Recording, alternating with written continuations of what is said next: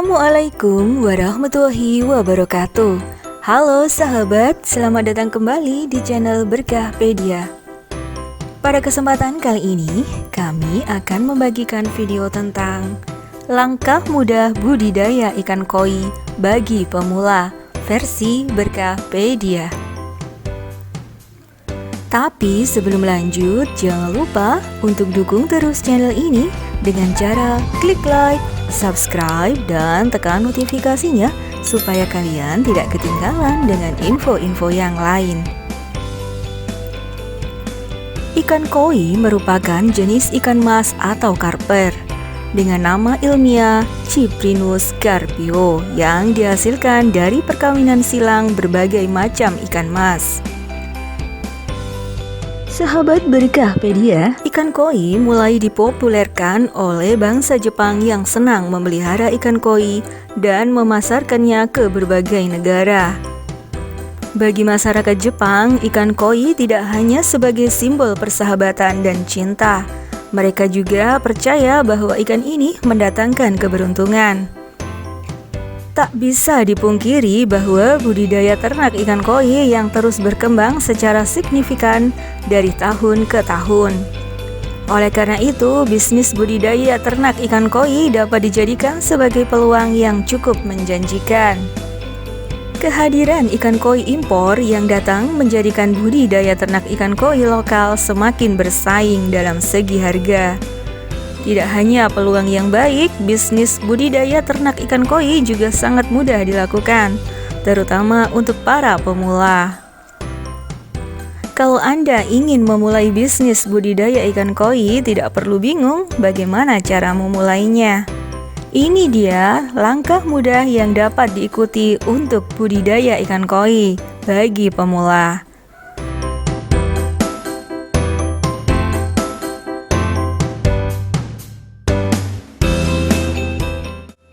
1. Memilih indukan yang berkualitas. Pemilihan indukan adalah salah satu faktor penting untuk awalan budidaya ikan koi. Pilih indukan yang memiliki genetik bagus agar menghasilkan keturunan yang bagus pula. Pilih indukan ini dengan cara umur ikan sudah matang, yakni lebih dari 2 tahun. Memiliki varietas atau jenis yang sama. Bentuk tubuhnya ideal, panjang dan lurus sirip dan ekor melebar. Berenang tenang dan seimbang. Warna cemerlang, cerah, kontras dan tidak cacat tubuh. Tidak berenang di dasar kolam. Nafsu makan tinggi. Pilih jantan dan betina yang sudah matang dan siap untuk dipijakan.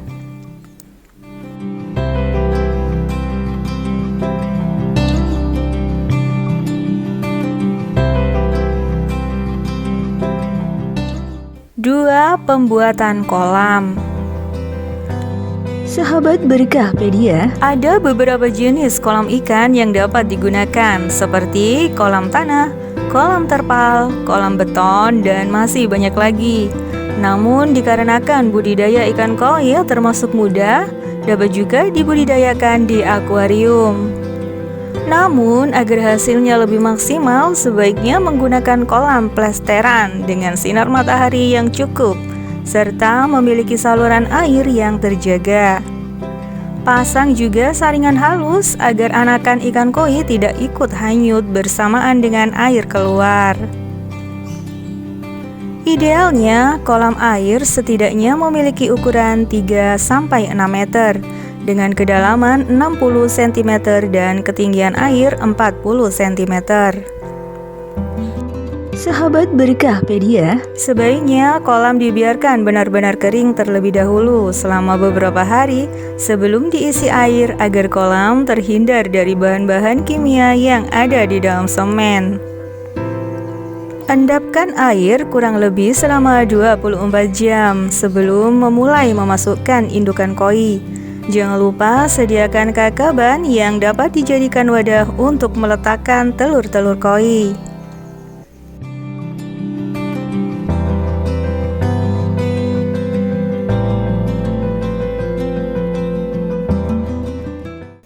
Tiga, proses pemijahan ikan.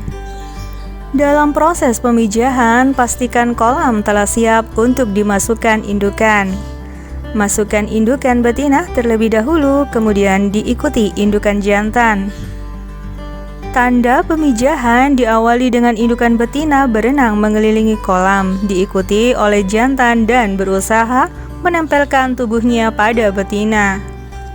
Gerakan mengelilingi kolam akan semakin cepat hingga betina mengeluarkan telurnya yang akan menempel pada gagaban atau tempat proses pemijahan, dan ikan jantan mengeluarkan sperma dan terjadi pembuahan.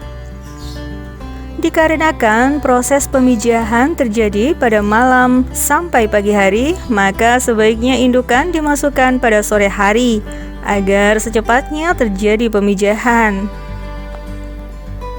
Selain pemijahan secara alami, dapat juga dilakukan dengan bantuan manusia berupa rangsangan hormon pada indukan betina untuk mempercepat proses pembuahan. Penyuntikan Ovaprim atau rangsangan hormon dosisnya 0,2 mg per kilogram bobot ikan untuk 1 kali penyuntikan. Ovulasi terjadi 10 jam setelah penyuntikan. Setelah pemijahan selesai, segera angkat indukan dari kolam pemijahan, karena kalau dibiarkan ditakutkan indukan jantan akan memakan habis semua telur. Untuk mencegah telur-telur terkontaminasi oleh jamur, dapat merendam telur pada larutan metilen blue, dosisnya 2 gram per 35 liter air, rendam kurang lebih 15 menit.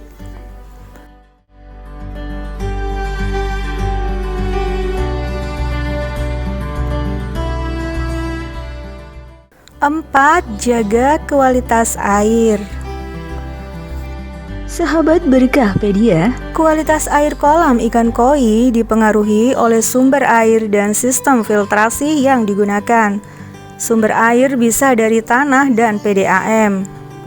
Air PDAM memiliki kadar pH yang mendekati netral sehingga baik digunakan. Usahakan untuk mengendapkan air selama 12-24 jam dan diberi aerasi untuk memperkaya oksigen yang terlarut. Hindari menggunakan anti klorin karena memicu efek negatif bagi kesehatan ikan koi. Kadar oksigen yang terlarut harus cukup 5,5 ppm. Indikasi kurang oksigen akan menjadikan ikan cenderung tidak agresif.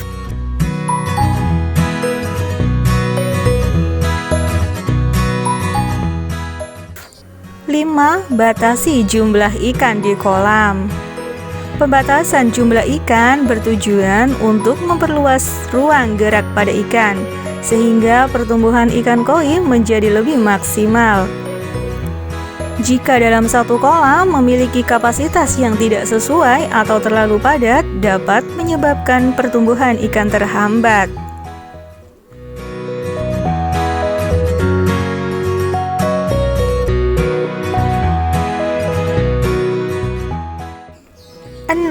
Perhatikan kadar keasaman kolam air. Koi termasuk dapat beradaptasi terhadap suhu dan pH, namun harus tetap dijaga kestabilannya. Ikan koi yang cocok dalam air bersuhu 24-25 derajat Celcius, untuk pH-nya 6,5 sampai 7,4. Sedangkan untuk mencerahkan warna pH berkisar 6,8 sampai 7,2.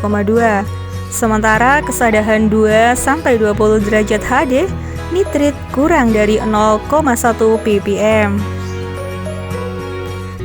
Sahabat Berkahpedia, kadar keasaman untuk ikan koi mencapai level 6,5 sampai 8,5 dan harus selalu dijaga agar ikan koi selalu sehat. Demikian yang dapat kami sampaikan tentang langkah mudah budidaya ikan koi bagi pemula versi Berkahpedia. Semoga bermanfaat dan jangan lupa untuk dukung terus channel ini dengan cara klik like, subscribe, dan tekan notifikasinya supaya Anda tidak ketinggalan dengan info-info yang lain. Wassalamualaikum warahmatullahi wabarakatuh.